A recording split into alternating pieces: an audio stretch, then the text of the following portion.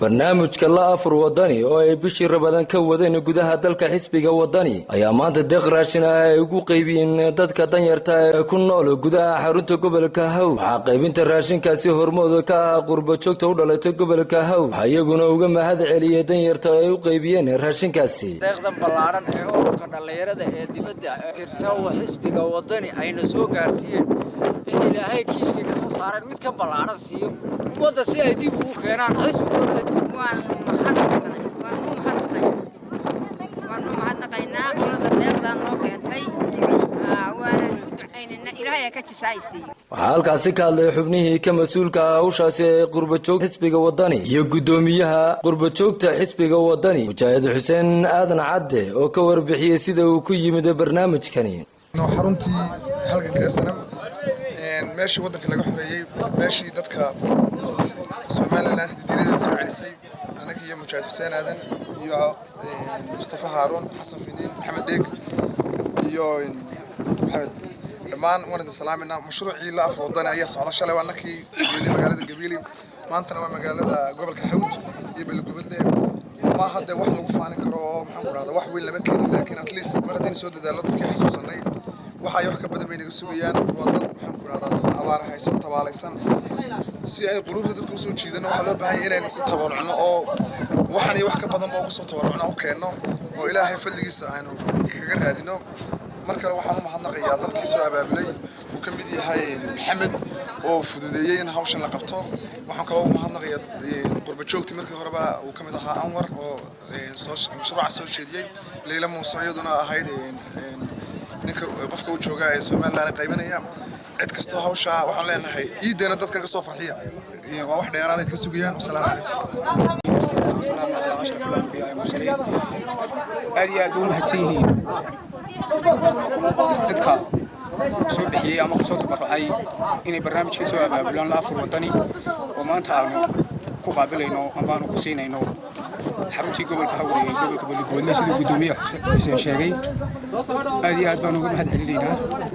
maamulka gobolka samaysan iyo ciidamada kala duwan ee gobolka joogaba. wax kale aanu u dhiirigelinaynaa qurbo joogta gobolka Haw inay soo caawiyaan ama ka soo tabaabusheeyaan abaarta walaalkeen Xasan sheegay ee baahday ee ka jirtay gobolka wadadkii wixii xoolo haysteen iyo wixii ay lahaayeen ay absolutely si wanaagsan uga baxeen waxa ku sii hareynaa yihiin wax yar. waxaan uga mahad celinayaa walaalkeen aan waro isagu barnaamij siyaasadeed waa barnaamij tabarucaad ah uguma talagelin wadani inay ku ololeyso waxa uu tala gashay inay dadka ku caawiso in gobolkan aan joogno waxa ka jirta abaar aad u baahan waxaanu direynaa qayladaan dadka maalqabeenka iyo dadka gobolka u dhashay iyo cid walba inay ka soo gaadhaan abaarta dadka haysata dadka deegaanka waxay soo tari kareen soo tariya dadku wax weeyaan dad fara badan baa jooga gobolka xoolo way ka hayaameen waxa ku soo haray dadkii jilicsanaa marka waxa weeyaan intii awoodda ay wadani awooday way soo tabarucday dadka kale iyo xukuumadda iyo cid walba waxa looga fadhiyaa inay dadkan soo taageeraan. waxna aad iyo aad ugu mahadnaqaynaa dadkii barnaamijkan soo abaabulay ee tabarucaadkan ka qayb qaatay annagoo maanta joognaa gobolkii Hawd caasimadiisii Balgubadle waxaan leenahay dadka reer Balgubadle aad iyo aad ugu mahadsantiin. Assalaamu calaykum. maanta waxaan joognaa magaalada Balgubadle ayaan joognaa xaruntii halgankan joognaa waxaanan u nimi barnaamijka socda ee la afur wadani oo qurbo joogta wadani ay dadkooda walaalaha ee tabaalaysan ay u tala galeen inay la afuraan ayaan anagu nasiib u helay inaan maanta aanu Balgubadle aanu nimaadno annagoo ka nimi anagu waxaan nahay groupkii ka yimi in London baanay marka waxa maanta nalagu casuumay inaan Balgubadle la afur wadani aanu kula afurno ilaahay khayr ha siiyo sida run ahaantii waa barnaamij oo markii hore maskaxdeeda u lahaa fikradeeda u lahaa inaan Anwar la yiraahdo Canada jooga dhammaan wadanina ay la qaateen Soomaaliland waxa joogtaa inaan la yiraahdo Leila Muuse ayaa u joogtaa oo iyaduna qurbo joog ah oo ka timi UK ka timi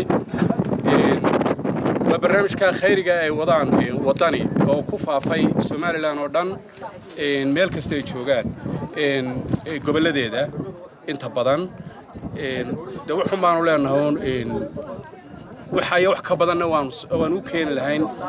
waa intii u horeysay marka insha Allah kulli reer Balgoodle waan isku soo noqon doonaa hadii la yiraahdo waxaan aad iyo aad ugu mahadnaqayaa in allaaliya intii ka geysatay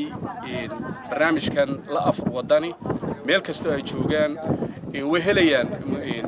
waad arkaysaan dadka la siinayo tabaalaysan ajar iyo xasanaadba way ka heli doonaan hadii ilaahay yiraahdo gabagabadii waxaa soo afmeeray xildhibaan Cali Cismaan oo uga mahad celiyay qurbo joogta xisbiga wadani sida ay iskugu soo xilqaameen deeqdan raashinka aan ku bixinayna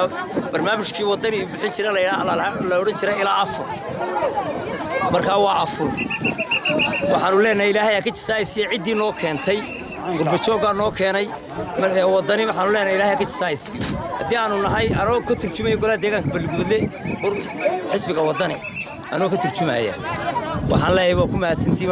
Xuseen Aad Cadde intii la socotay groupka noo yimi